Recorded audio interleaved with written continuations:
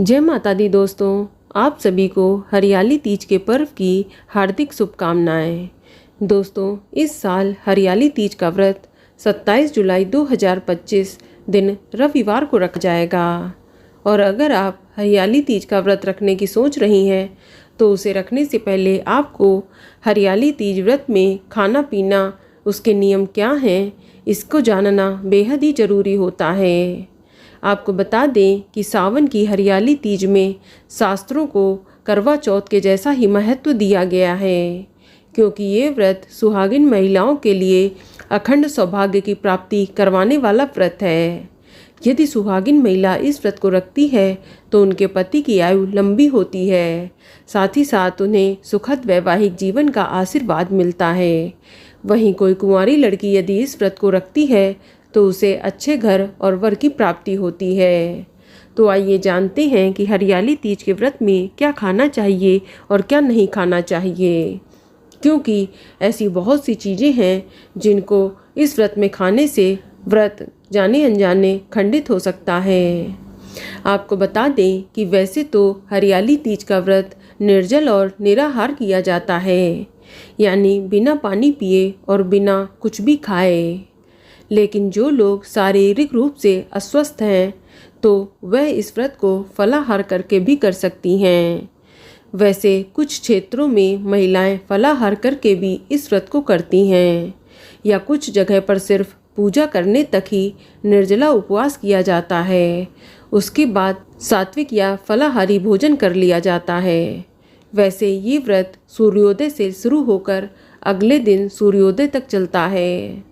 ध्यान रखें कि व्रत खोलने के बाद आपको सिर्फ सात्विक भोजन ही करना चाहिए। तो चलिए सबसे पहले जान लेते हैं कि हरियाली तीज के व्रत के दौरान क्या क्या खा सकते हैं। तो जिन महिलाओं ने इस व्रत को निर्जला नहीं रखा है तो वह सुबह की पूजा के बाद पानी, चाय, जूस, नारियल पानी आदि ले सकती हैं। बस ध्यान रखें कि सुबह की पूजा हो जाने से पहले आप कुछ खाएं पिए नहीं, इस बात का विशेष ध्यान रखें। और बात करें फलों की तो फल में आप इस दिन पपीता, तरबूज, खरबूजा, सेब, अनार, केला, अमरूद, नाशपाती आदि खा सकती हैं। और वैसे इस व्रत में नारियल पानी, जूस आदि पिया जा सकता है। और इस दिन ड्राई फ्रूट्स का सेवन भी किया जा सकता है। इसमें आप काजू, बादाम, अखरोट, पिस्ता, मखाना, नारियल आदि खा सकती हैं। और बात करें सब्जियों की तो सब्जियों में आप इस दिन आलू, टमाटर, हरी धनिया, हरी मिर्च, कच्चा केला, अरबी, लौकी, कद्दू आदि की सब्जी का इस्तेमाल कर सकती हैं। वैसे इस दिन आप साबूदाने का खीर, खिचड़ी आदि बनाकर खा सकती हैं। इस दिन समा के चावल की खीर या खिचड़ी भी बनाकर खाई जा सकती है। और चाहे तो कुट्टू या सिंघाड़े के आटा व राजगिरा या चौलाई का भी इस्तेमाल किया जा सकता है। वैसे व्रत में हो सके जितना कम से कम खाएं वही बेहतर रहता है। आप सिर्फ पानी, चाय और फल का ही इस्तेमाल करेंगी तो बेहतर रहेगा। चलिए अब जान लेते हैं कि हरियाली तीज के व्रत के दौरान क्या क्या नहीं खाना चाहिए। दोस्तों, हरियाली तीज के व्रत में नमक पूर्णतः रूप से वर्जित है। आप इस दिन नमक का सेवन गलती से भी ना करें, क्योंकि इससे व्रत की पवित्रता भंग हो जाती है।